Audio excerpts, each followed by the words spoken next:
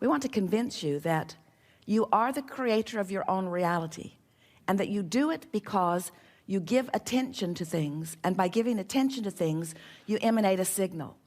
And the more you give attention to something, and the more you emanate that signal, the easier it is to emanate that signal. Because law of attraction makes whatever you've got going on easy to continue.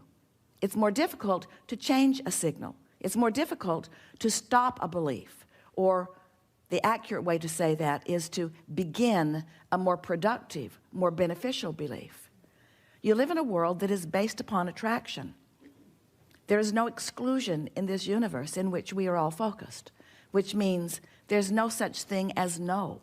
You can't look at unwanted and push it away, because when you look at unwanted, you call it to you.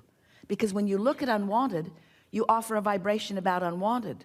And when you offer a vibration about unwanted, it's introduced into your point of attraction. And anything that's introduced into your point of attraction is a player in what you allow to come to you, or what you disallow to come to you. In other words, it's all about what you've got going on vibrationally. So we are really not advocating that you identify things unwanted and say no to them at all. But we also understand that there are plenty of things that you want to say no to, and it's right that you would.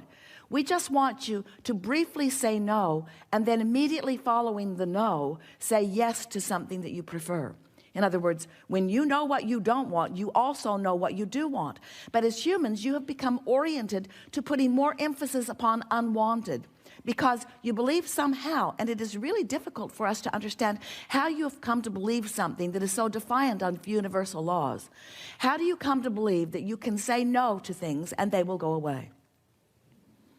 Well, it's because you've been living this life of sort of mediocrity, where you have been dabbling with creation through action rather than through vibration. You can pick stuff up and move it around, and you can say, no, I don't want it over there, I want it over there. And you can move something from place to place. And so you've convinced yourself, since your action is so easy for you to observe around you, you've convinced yourself that the world operates by you just defining what you want and then using your physical willpower or strength to make it so. But we want to introduce to you, connect with you on a deeper level of understanding. We want you to address your true leverage. We want you to address your leverage of attraction. We want you to accept that you are the creator of your own reality, because you offer a vibration that law of attraction is responding to. And we do not believe that our message to you will be difficult for you to accept fully, because we know that law of attraction will help us, because there is no evidence to the contrary anywhere in your universe. When you focus upon what you want, and you do it with enough consistency that you begin to feel good, that you begin to feel light and easy about it, that you begin to feel expectant about it, hopeful and then expectant, hopeful and then believing, hopeful and then knowing. We know that when you know that, when you know something, you are in the vibrational place to allow the reality of it to be evidenced in your experience. We have a new way of saying this. We know that when you know something, when you've practiced a belief long enough that you know it, you're going to realize it. And the reason that we are putting the emphasis on realize it is because it's going to be your interpretation. Have you had experiences where you just know something, and almost as soon as you know it, it happens? Esther was watching a little piece of television this morning. She turned it on because she always likes to gloat about the weather where she is. So she likes to see the weather patterns, and then she likes to look at the weather where she is. And then she likes to acknowledge one more time, I'm in the very best possible weather place. So she was watching a little piece of something that was showing the weather. And then a piece came on of a man who is throwing a basketball at a Lakers game from center court. And he threw it right in and won his big prize of several $1,000s. And he said, I told the mascot right before I shot, I know this is going in. Now, he's a basketball coach, so he knows they don't always go in.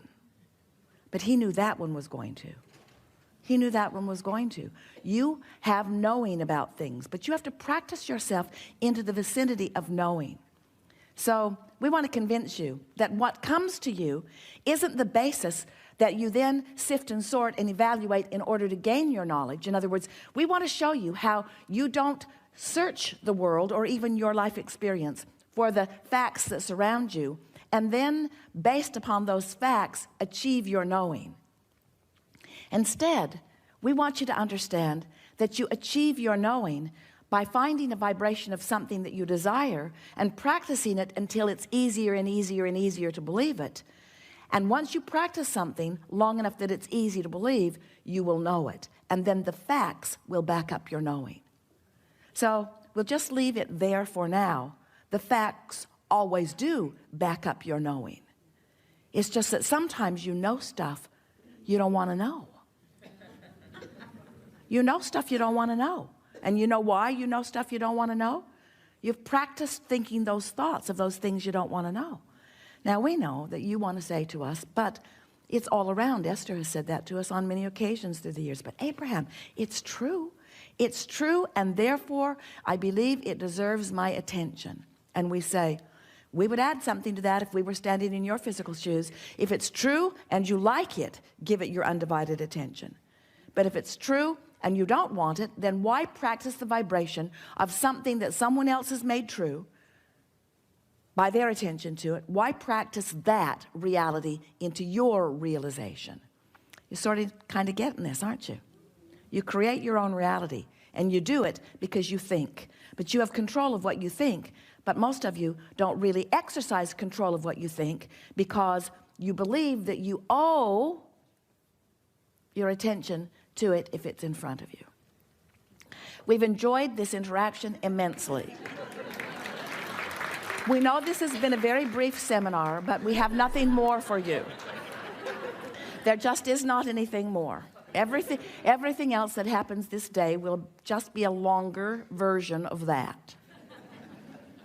You know that you are more than these physical bodies that you see, that you are source energy extended out here on this leading edge, and that everything that is non-physical is extended out here on this leading edge with you, and that when you want something, those of us who are non-physically focused are out here focused upon your desire. And do you know that you could not ever feel a negative emotion if it weren't for two facts?